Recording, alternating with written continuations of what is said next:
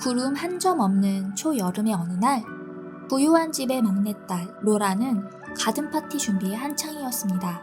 화려한 꽃과 풍부한 음식, 그리고 우아한 음악 소리까지.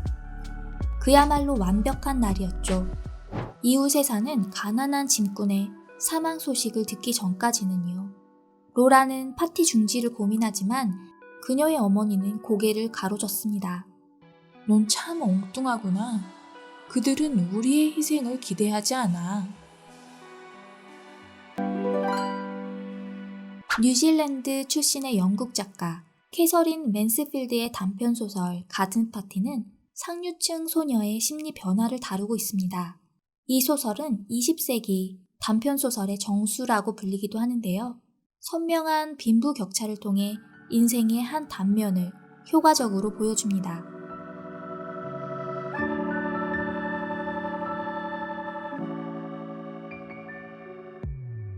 이 소설은 처음부터 예사롭지 않습니다.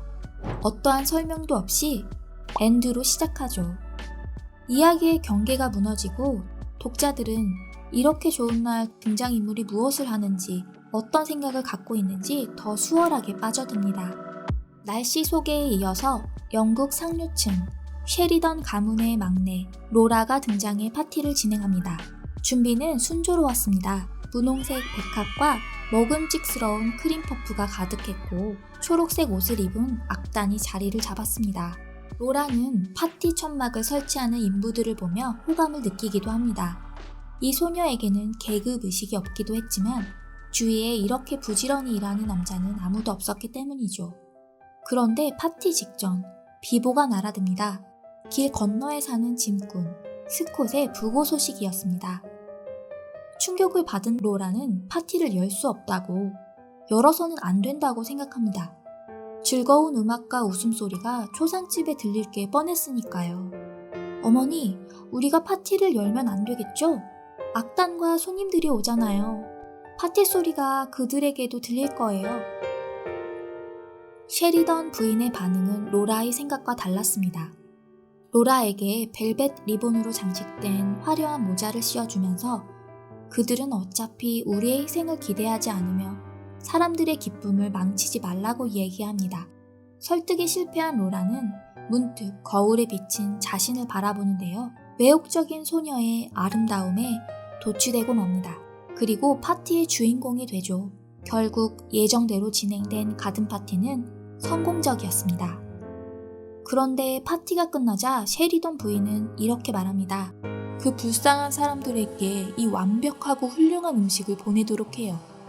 로라는 파티를 즐긴 후 남은 음식을 바구니에 담아 빈민가로 향합니다.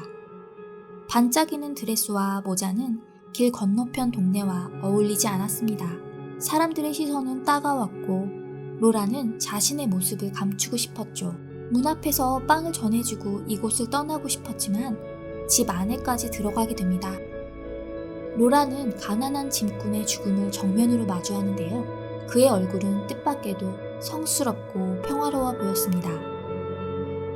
죽음 건너편에서 열린 파티나 로라의 옷차림 따위는 상관없다는 듯 말이죠. 로라는 결국 어린아이처럼 울음을 터뜨립니다. 화려한 모자를 쓰고 온 것에 대해 용서를 빌고 그 집을 벗어나죠. 돌아오는 길에 오빠 로리를 만난 로라는 감정에 북받칩니다. 로리는 동생을 달래며 이렇게 말하죠. 그래, 인생이란 그런 거 아니겠니? 가든 파티로 시작된 로라의 하루는 가난한 짐꾼의 장례식에서 마침표를 찍으며 끝이 나는데요. 소설은 짧지만 다각도에서 생각할 거리를 던지며 마무리됩니다. 소설은 상류층과 하류층을 길 하나를 사이에 둔 채 뚜렷하게 구분하고 있습니다. 거리는 가깝지만 절대 가까워질 수 없는 로라와 스콧의 세계는 멀기만 합니다. 하지만 로라는 아직 이런 상황을 이해하지 못합니다. 그래서 파티를 중단하려는 생각까지 하죠. 반면 로라의 어머니 쉐리던 부인은 전형적인 상류 계급입니다. 당시 상류층의 모습을 단적으로 보여주는 인물이기도 하죠. 쉐리던 부인은 누군가 죽었다는 로라의 말을 듣고 반문합니다. 우리 정원에서는 아니겠지? 타인의 죽음보다 자신의 저택과 명예에 흠집이 나는 걸 견디지 못하는 사람입니다. 그렇지만 생각과 태도가 잘못됐다고 비판할 수는 없습니다. 얼굴만 알고 지내던 이웃의 부고 소식을 듣고 슬프지만 파티는 계속될 거라고 말하는 셰리던 부인은 그저 이기적이고 현실적인 인물일지도 모르니까요. 그런데 주인공 로라는 조금 다른 어른이 되지 않았을까요? 울음을 터뜨리며 화려한 모자를 서가한 로라의 마음속에는 타인을 배려하지 못한 반성의 씨앗이 자라나고 있었으니까요. 또한 파티 때 돋보였던 모습 그대로 빈민가에 나타난 자책도 섞여 있었을 겁니다. 성장통을 겪은 로라는 어떤 모습으로 자라날지 생각해 보셨나요? 빈민가의 장례식은 앞으로 열릴 수많은 파티에 묻혀버릴지도 모릅니다.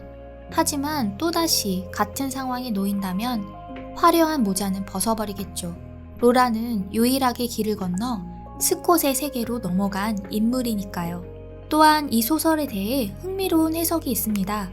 미국 미시건 대학교 교수인 토마스 포스터는 가든 파티가 그리스 신화에서 모티브를 얻었다고 말했습니다. 바로 하데스가 납치한 페르세폰의 이야기 말입니다. 셰리던 부인은 풍요의 신이었던 데메테르, 로라는 딸 페르세포네를 상징하는데요. 로라가 빈민가에 방문하는 부분이 하데스에게 납치되어 명계로 끌려가는 장면이라고 설명하고 있습니다. 스콧이 사는 세계가 명계라는 거죠. 그리스 신화를 생각하며 다시금 소설을 본다면 미처 몰랐던 또 다른 재미를 느낄 수 있지 않을까요? 작가 캐서린 맨스필드는 1923년 35 나이에 결핵으로 요절했습니다. 그리고 마지막 단편집 가든 파티는 20세기 최고의 단편집으로 평가받았죠. 그녀의 작품은 지금까지 많은 울림을 주고 있는데요. 100년이 지나도 변함없는 보편적 진실을 담고 있기 때문이죠. 어쩌면 인생이란 소설 말미에 나오는 문장처럼 한마디로 정리될 수 있을 것 같습니다.